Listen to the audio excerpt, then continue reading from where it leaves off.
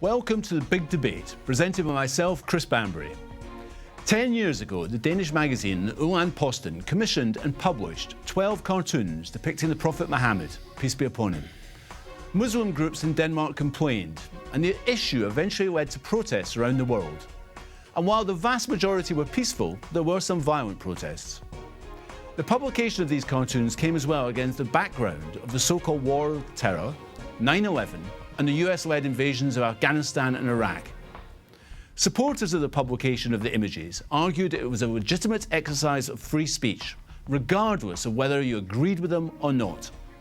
Critics argued they were baiting a beleaguered minority who regarded them as blasphemous, and that these cartoons were Islamophobic and racist.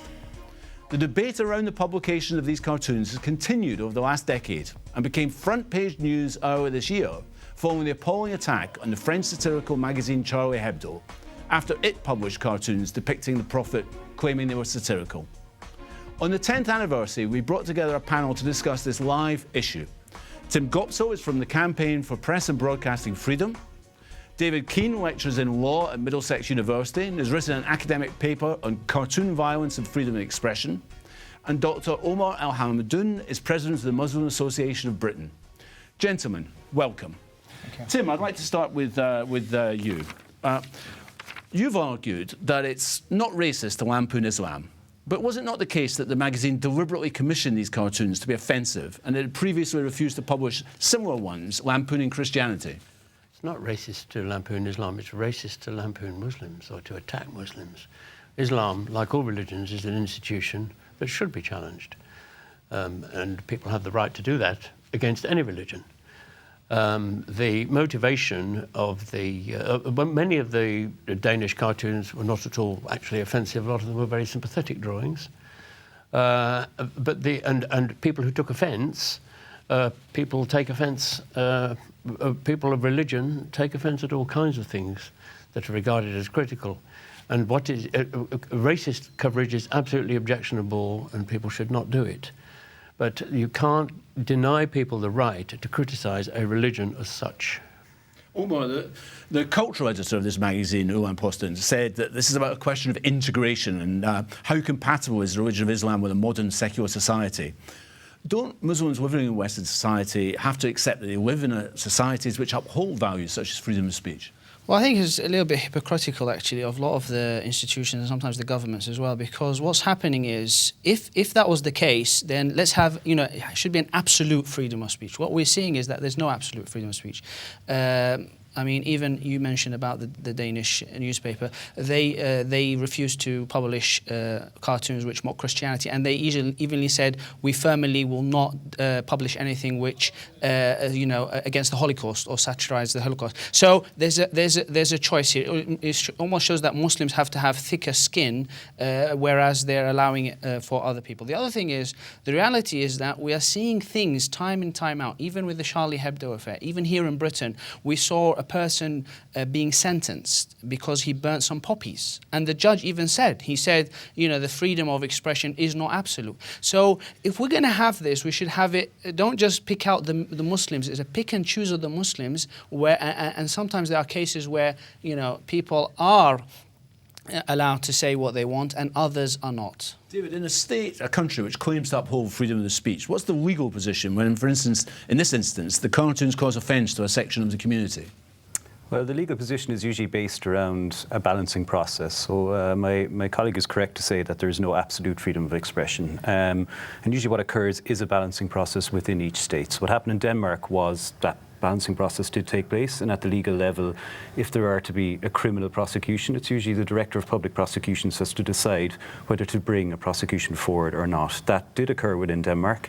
It was linked to laws around racism clause and blasphemy clause within the Danish Penal Code, and the prosecutor then decided not to pursue criminal prosecution. So ultimately what happens within each state is this balancing process. And doesn't the European Court have a right to intervene in that process? The European Court can intervene if a prosecution occurs. If a prosecution occurs, then whoever is prosecuted can take a case to the European level. But the European Court doesn't have a right to mandate that a prosecution takes place. So, for example, the European Court of Human Rights in Strasbourg cannot compel Denmark to prosecute the cartoonists. All it can do is, if Denmark were to pursue a prosecution and that prosecution result in a conviction, then the cartoonist in question could appeal this to the highest level at Strasbourg. But it is only then that the European Court of Human Rights steps in as such. Tim, coming back to Omar's point, free speech isn't universal. In Ireland, there are still books and films being banned. In America, school boards banned books by J.K. Rowling.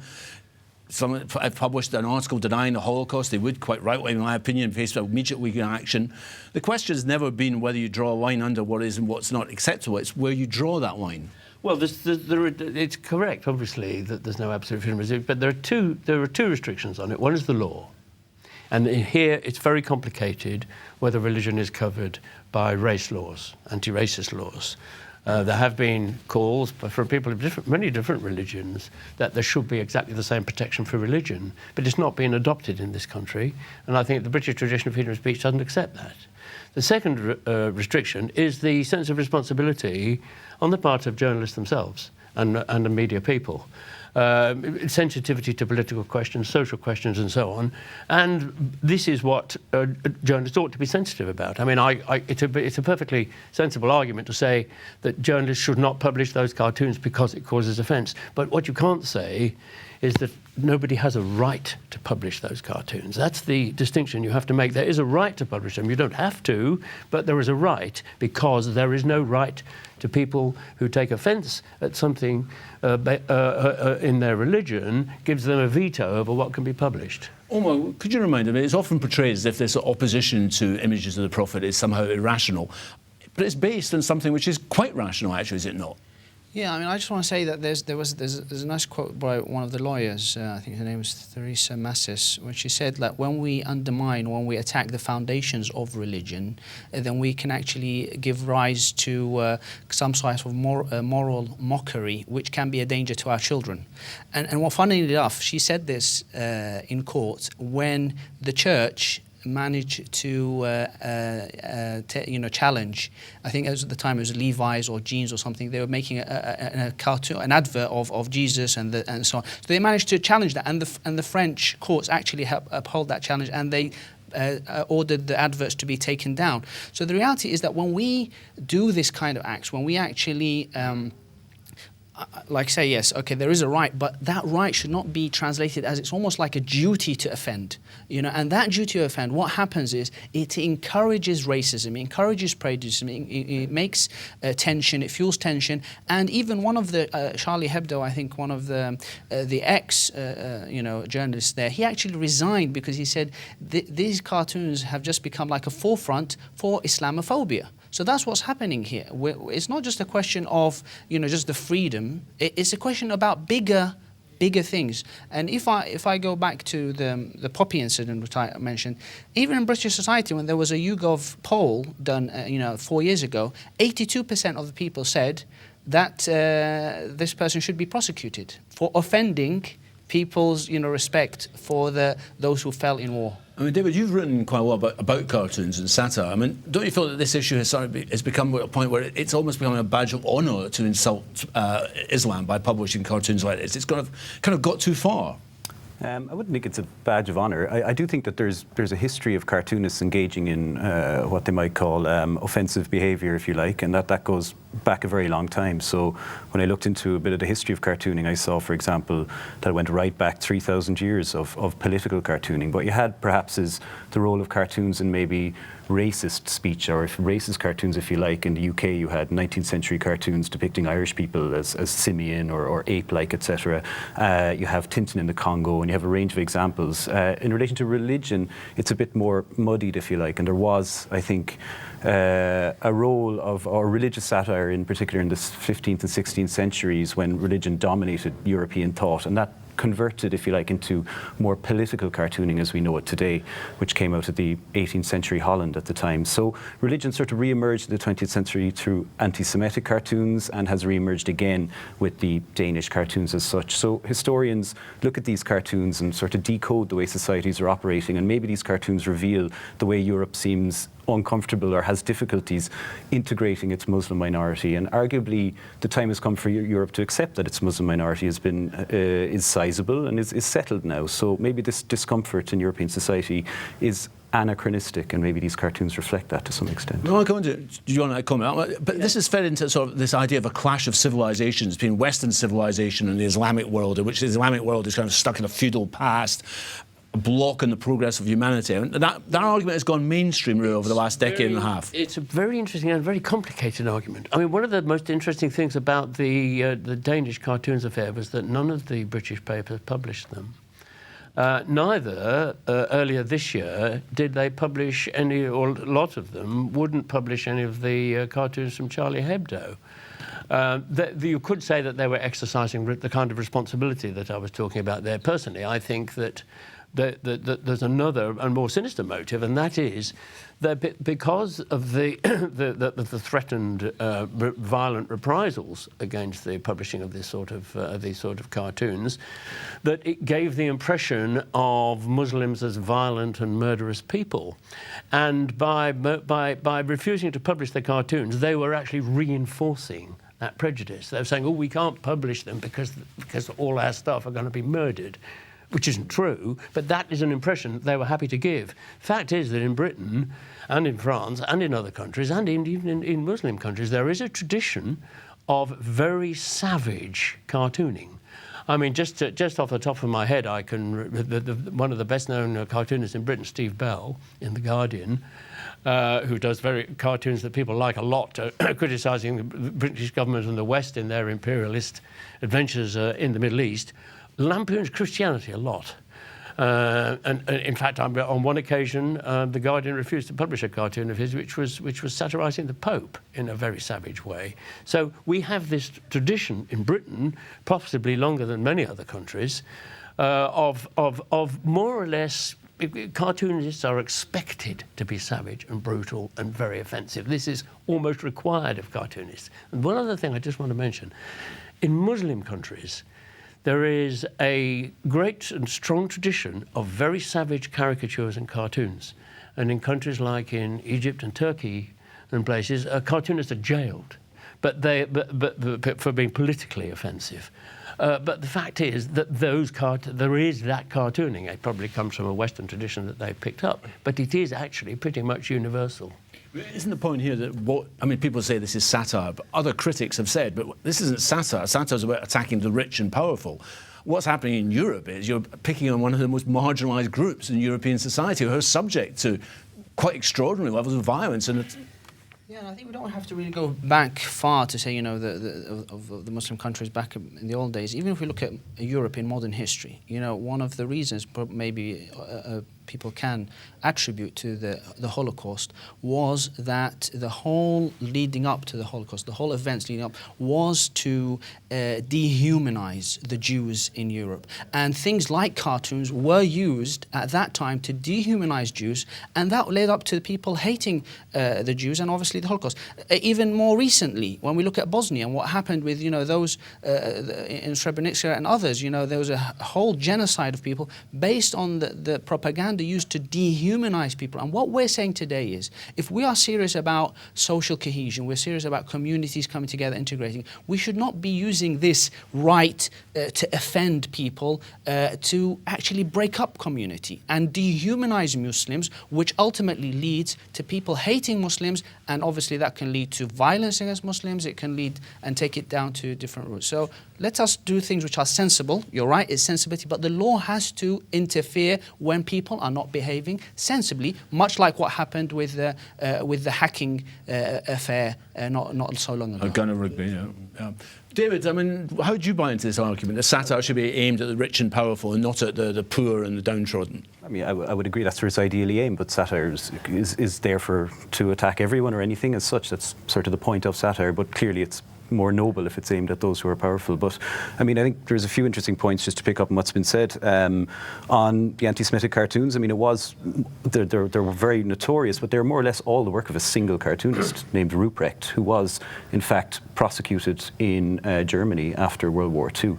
In relation to why the cartoons weren't published in the US and the UK, I'd like to think I'm not privy to editorial decisions in the UK, but I think it's important to remember that both the US and the UK were in Iraq at the time, and so newspapers perhaps didn't want to be seen to publish cartoons which might have caused attacks on troops in Iraq at the time. So that's perhaps a slightly more cynical perspective. There's another issue, which in the United States, the Christian lobby actually came and said, this is wrong anyway. Yeah, and I mean another point, but then you can go back and so I mean I would never, the anti-Semitic cartoons are terrible, but then cartoonists also need protection, and we've already heard some examples from Turkey, etc. But also within Europe, you had, for example, 2 cartoonists for a magazine called El Jueves who did a satirical cartoon about the Crown Prince and his wife in Spain, and they were prosecuted. You had a cartoonist for the LA Times in the United States who did a cartoon on Bush's policies in Iraq, which was a sort of depiction of a Vietnam War photograph which showed a gun being held to Bush's head. That resulted in a Secret Service investigation of the offices of the LA Times, and who was a conservative cartoonist named Ramirez. So it's not only in elsewhere that cartoonists are under threat, they are under threat, and it's not only in relation to perhaps some more controversial issues like we're discussing today, but also purely political cartoons, if you like, that can land cartoonists in trouble. So they always have a need to defend themselves as such. But I think the problem perhaps is the linking of these cartoons to cartoonist freedom of expression, whereby somehow it's become inextricably linked that you have to draw these cartoons in order to assert freedom of expression of cartoonists, whereas I don't believe that's the case. Do you agree with that, Tim, that it's become that issue? Yes, we're in danger of losing this distinction between attacking Muslims and attacking Islam. You say attacking the rich and powerful. Well, religion is powerful. Islam is a very powerful world movement whose teachings dictate the lives of millions and millions of people. I mean, it is a fit subject, in my opinion. But attacking Muslims in the same way as the Nazis attacking Jewish people is racist and it should be forbidden. I mean, outlawed as it is. You have to stick to that distinction. But Omar, is it not the case that as part of this clash of civilizations agenda, Islam is being attacked? We're told it's unscientific, it's feudal, it's a barrier to progress, all these sort of things. I mean, my view that I hold, and I think many Muslims probably will share that view, is that there's no issues with refuting Islam, challenging Islamic doctrines, beliefs, whatever, that's fine. But don't just do it just to offend people, and that's the thing, and that's something that we will hold universal. We don't want anybody to offend Christianity, Judaism, even don't offend humans. You know, the reality of offense is not something that a moral society should uphold. And I think recently we've seen as well, with the Charlie Hebdo magazine, they've even, some people are even now saying that they've crossed the line with how they've portrayed the young boy Aylan in a cartoon. They've done that, which actually shows that cartoonists, when they go down that route, they can actually lose their moral guidance, their moral compass, and they start to behave, they behave and they draw just for the sake of offence, and that is a dangerous slope that we're going down. I mean, David, I know you studied in France. I mean, there is a real issue in France about the marginalisation of the mainly Arab Muslim community, and indeed of the rise of the far right, isn't there? Well, there is. I mean, France has clear issues around racism. It has, mainly around employment and housing of young people in particular. So, France also has perhaps its Republican model, its constitutional Republican model, which doesn't allow the identification of minorities. It doesn't allow people to identify by race and religion. I'm not saying that's wrong. That's the model that they have. So France is perhaps legally, its hands are a little bit tied in terms of providing what might be known as special measures or affirmative action policies that might help marginalised youths in France, in particular to find employment. So the French model says everyone's French, everyone's equal, but clearly it doesn't necessarily filter out to everyone, and marginalisation is a major issue in France. That is the problem. There is real segregation in France. Yes, but this is you then have to look at the kind of proportionality of things. Of the forces oppressing Muslim people in France, would you say it is the police? It is the way that the communities are treated. It is poverty. It is unemployment. It is the terrible life that people, the sans-papiers people who are not illegal people in France, have an absolutely terrible life. That's why Muslim people fleeing, refugees want to come to Britain because France is such a terrible place for such people to live. What oppresses French people more, these factors, or Charlie Hebdo, which was a tiny magazine, which everybody knew what it was and nobody took seriously? I mean, there is, of course, propaganda like the Nazis did, which was state-directed, is a different matter.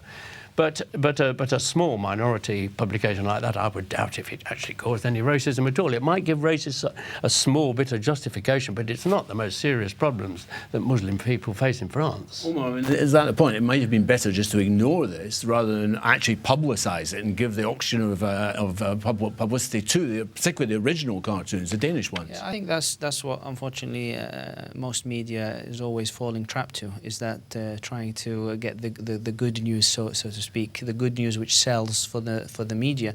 And for Muslims, even in our organisation, other organisations in Britain have said that, you know, don't give this oxygen, don't give this kind of news oxygen, so ignore it, don't have to, and it will actually go away. And a lot of the time it's Muslims who are acting as the vocal mouthpieces for these kind of issues by their reactions. But sometimes, you can't control that. Those two people who went in and killed those journalists in Charlie Hebdo, they were acting on their own behalf. They'd been radicalized in certain ways. So you can't really just take that off the agenda. But yes, to a certain extent, we have to, the way that we respond to these cartoons will obviously dictate how much, how big they grow. I mean, David, Steve Biko, the anti-apartheid campaigner in South Africa, once said, not only are whites kicking us, they are telling us how to react to being kicked. Might Muslims feel a bit vilified? Firstly, they have these images which many find offensive, but then also if they protest, in this case, let's just talk about peaceful protests as well, they're then attacked. So it's sort of twice over.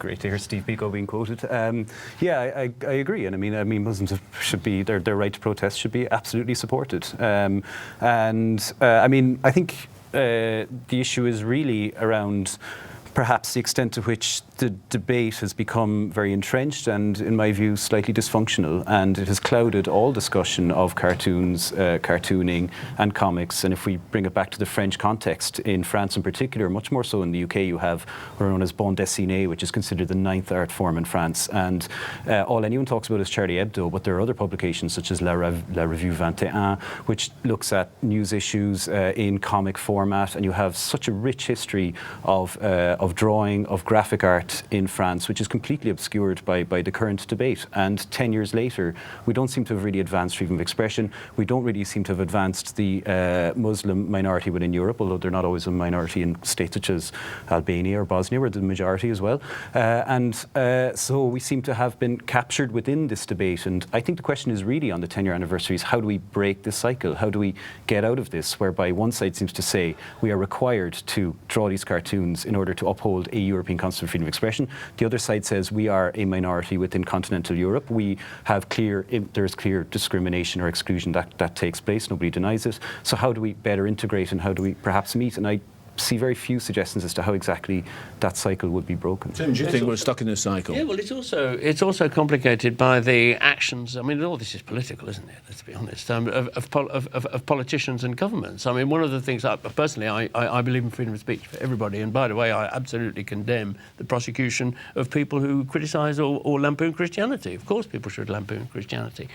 But after the Charlie Hebdo murders, the reaction of governments and political leaders climbing on the bandwagon was so nauseating. I mean, I'm somebody who believes in freedom of speech, and yet when you've got Francois Hollande and David Cameron and Benjamin Netanyahu, the people who are oppressing Muslims more than anybody else in the world, going and marching for freedom of speech in Paris. I mean, I could not say Je suis Charlie. I just couldn't say it because of the other people who did. So this discussion doesn't happen in a vacuum. It happens in a world of intense and seething political conflict, in which really the publication of cartoons is quite a small factor. I mean, that's worth recalling because last week there was a report that's saying that attacks on Muslims in London had increased over the past year. There is a background to this, isn't there? Yeah, I think, at the end of the day, if we want this cohesion, we want people to live together, we have to create the environment that actually nourishes that kind of, that kind of cohesion, that integration.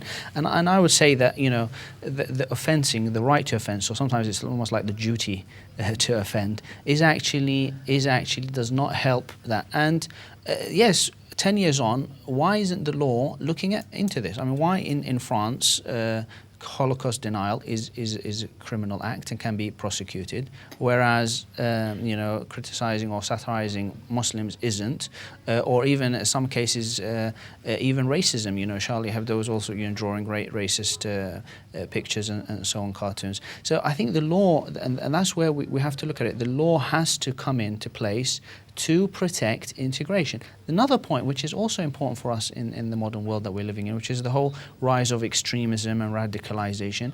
Some would argue that part of radicalization is when people feel marginalized, when the young people feel that they are marginalized, they feel that they're being attacked, they feel that they're being singled out, they're not allowed to on the one hand they can't express their views, but on the other hand they are allowed to be mocked. That is what pushes to extremism. So are we serious about countering extremism? And therefore, the governments and the institutions should step in to make that better. David, you've talked about breaking the cycle. Do you think there's a legal way of doing that? I'm not sure I've reflected on it. I'm not sure the law is the best way of doing it, really.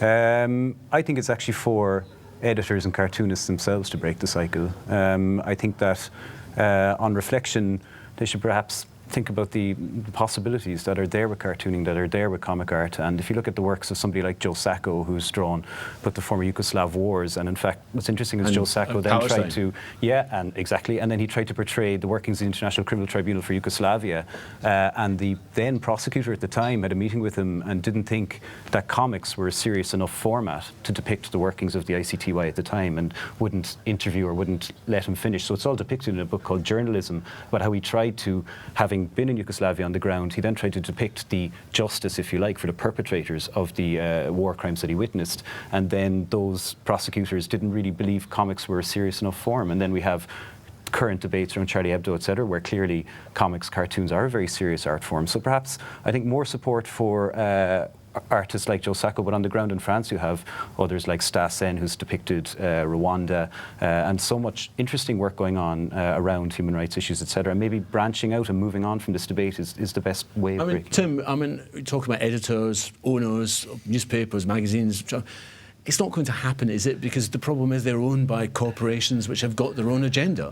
Well, I don't know if they have their own agenda. In this instance, their agenda is very much tied up with the politicians that they're in bed with. That is the Western governments who are responsible for these wars in the Middle East. I mean, and I think it's actually, if you want to talk about breaking this cycle, I think this is beyond the power of the individual cartoonist, let alone of the media. Almost, this is a political matter. It's a worldwide war going on, pretty much, and the solution is to stop the cycle, is to stop the conflicts. It seems to me that the West withdrawing from conflicts in the Middle East would be the best way to stop this. Omar, do you agree with that? Yeah, I think I agree with Tim that a lot of what's happening today is political. Doctrine or theology is sometimes pushed into it just to give it a reason. But yeah, a lot of what's happening in the world today, a lot of the radicalization, a lot of the extremism, a lot of the terrorism is actually based on what's happening in the Middle East, particularly, but throughout the world. So if things were looked into in a different matter, and obviously there are agendas there without doubt, and there's no permanent or friends, it's about permanent interest, isn't it? And I think that's what's happening today. Even when we look at this whole issue of criticizing others, when what we can note, for example, a year ago when Israel was attacking Gaza, people who were standing in solidarity with Palestinians were being accused of being anti-Semitic. And so even that is trying to be blunt. It's a political thing. And even with Jeremy Corbyn being elected now, because he's standing with the Palestinians, for example, he's being accused of being anti-Semitic. And I think that's a dangerous slope as well. That's where bringing religion into it on the account of attacking in the political sphere. I mean, one of the things, David, just to conclude on, one of the great wonders of Western civilization, looking at Europe today, it's a fairly awful picture, isn't it? Some of the scenes we see, the treatment of refugees, the rise of the far right. I mean, can't we question this idea that Western civilization is somehow invincible? Yeah, well, definitely. But I think there are, of course, wider geopolitical questions. But I mean, the cartoons issue I would argue is a European one. I mean, there are some minor examples, such as South Park in the US, but generally speaking, all of the newspapers publishing them are European, and the violence which has happened has either been within Europe or has been centred around European embassies in other countries. So I do think that the Danish cartoons issue, if you like, is a European one. I think then in relation to the current refugee crisis, you have states like Slovakia saying, we have no mosques, therefore we can take no Muslim refugees. I mean, those kinds of arguments, I think, really show that we need to understand that the Muslim minority in Europe is a settled one, and that we need to integrate better and perhaps... Well, on that note, unfortunately, we're going to call time in this debate for today.